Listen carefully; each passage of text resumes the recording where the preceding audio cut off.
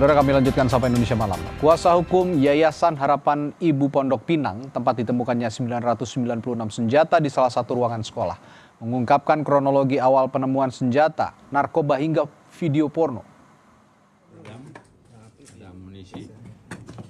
Pihak yayasan bilang sejak tanggal 10 bulan Juli 2026 pihaknya meminta izin kepada mantan ketua yayasan untuk membuka ruangan dengan surat resmi. Hingga pihak sekolah mengirimkan surat ketiga, pihak pemilik kunci tidak juga memberikan akses. Pihak yayasan bilang hingga kini masih terdapat beberapa ruangan yang belum bisa dibuka namun sudah terpasang garis polisi untuk diselidiki. Itu berawal dari ruangan itu kuncinya dibawa oleh Pak IWD dan kawan-kawan. Kami tidak memiliki akses terhadap ruangan tersebut.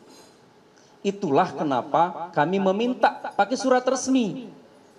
Pak IWD mohon ruangannya dibuka karena kami akan gunakan untuk kepentingan pendidikan.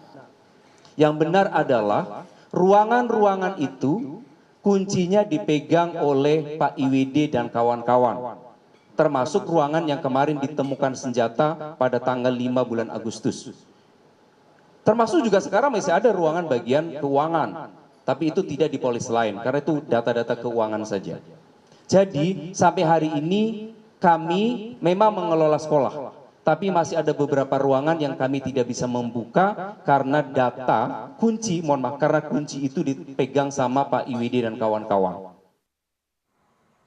Dan atas temuan senjata di dalam salah satu ruangan di sekolah, Direskrimum Polda Metro Jaya, Kombes Imanudin, kembali memastikan bahwa 995 dari 996 senjata yang ditemukan bukan merupakan senjata api, melainkan senjata angin atau airsoft gun. Namun polisi masih menyelidiki tujuan pemilik menyimpan airsoft gun dalam jumlah banyak, termasuk dokumen perizinan atas senjata angin tersebut, serta dugaan digunakannya senjata angin sebagai kegiatan ekstrakurikuler di sekolah. Kalau ekskul mungkin harus dilihat dulu apakah sekolah tersebut benar-benar memiliki ekskul tersebut, kemudian apakah memiliki perizinan sebagaimana diberikan oleh pihak atau lembaga yang berwenang untuk menerbitkan izin, dan apakah itu diperbolehkan secara ketentuan berdasarkan dari Kementerian Pendidikan. Nah, itulah yang terus sedang diupayakan dikonfirmasi oleh pihak Polres Metro Jakarta Selatan, sehingga nanti informasinya akan utuh dan bulat. Saudara, polisi mengonfirmasi bahwa 995 dari 996 senjata yang ditemukan di salah satu ruangan di sekolah Jakarta Selatan merupakan senjata angin atau airsoft gun. Nah, pertanyaannya, apakah airsoft gun harus memiliki izin? Kita akan membahas hal ini bersama Bambang Rukminto, pengamat kepolisian dari Institute for Security and Strategic Studies (ISES). Selamat malam, Pak Bambang. Selamat malam, Bung Nadi. Ya, nah, pertanyaan saya tadi sesuai dengan yang sudah disinggung di awal, menurut aturan yang berlaku, apakah ini diatur di peraturan khusus? Ya, kalau saya ketahui ini, koreksi kalau saya salah, peraturan Polri nomor 1 tahun 2022. Nah, pertanyaannya juga, apakah detailnya seperti apa pengaturannya dan apa saja syarat utamanya, Pak Bambang? Ya, Perpol 1 tahun 2022 itu mengatur tentang perizinan pengawasan, penyimpanan, penggunaan, dan pemakaian senjata api non-organik ya. Artinya semua senjata, dan di dalam Perpol 1 tahun 2022 ini airsoft gun, air gun ini dikategorikan senjata api. Jadi semuanya itu berada dalam yang dalam Perpol itu kewenangan terkait dengan pengawasan dan yang lain-lain tadi, pengawasan penggunaan, penyimpanan dan lain-lain itu berada di wilayah Pak Intelkam Mabes Polri seperti itu. Okay. Makanya semuanya diatur terkait perizinan, bukan hanya terkait dengan kepemilikan saja senjata apinya, tapi juga termasuk penyimpanan. Penyimpanan, oke. Penyimpanan ini penting karena ini menyangkut senjata api yang bisa disalahgunakan, makanya penyimpanan ini diatur secara ketat, lokasinya, kemudian safety-nya, terus terkait keamanan dan yang lain-lainnya, seperti itu, Bung Radi. Oke, nah kalau dikategorikan sebagai senjata api, artinya ini berbahaya dong, masuk golongan senjata berbahaya begitu Pak Bambang? Ya, senjata api itu ada beberapa macam ya. Senjata api dengan peluru tajam tentu dikategorikan berbahaya. Tetapi meskipun demikian terkait dengan air gun, airsoft gun ini kan kalibernya macam-macam dan kekuatannya juga macam-macam seperti itu. Tekanan gas dari air gun ini berbeda-beda. Tentu dalam kategori tertentu ini juga bisa membahayakan. Makanya diatur secara ketat seperti itu. Biasanya penggunaan air gun, airsoft gun ini dalam olahraga menembak.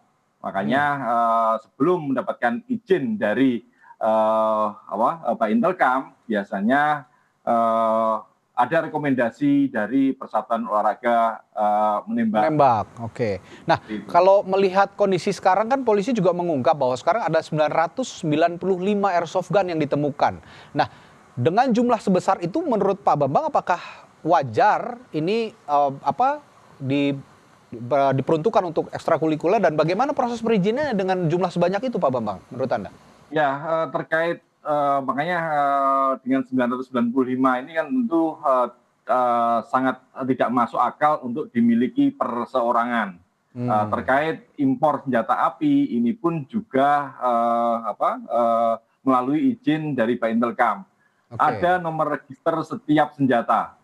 Artinya ini memang harus ditelusuri, masing-masing senjata ini ada izinnya, siapa yang memiliki, siapa yang menggunakan, dan di mana disimpan tadi. Kalau dikaitkan dengan ekstrakurikuler, tentu ini juga memunculkan pertanyaan, ekstrakurikuler apa yang akan di dalam sekolah yang menggunakan senjata api ini? Kapan dimulainya?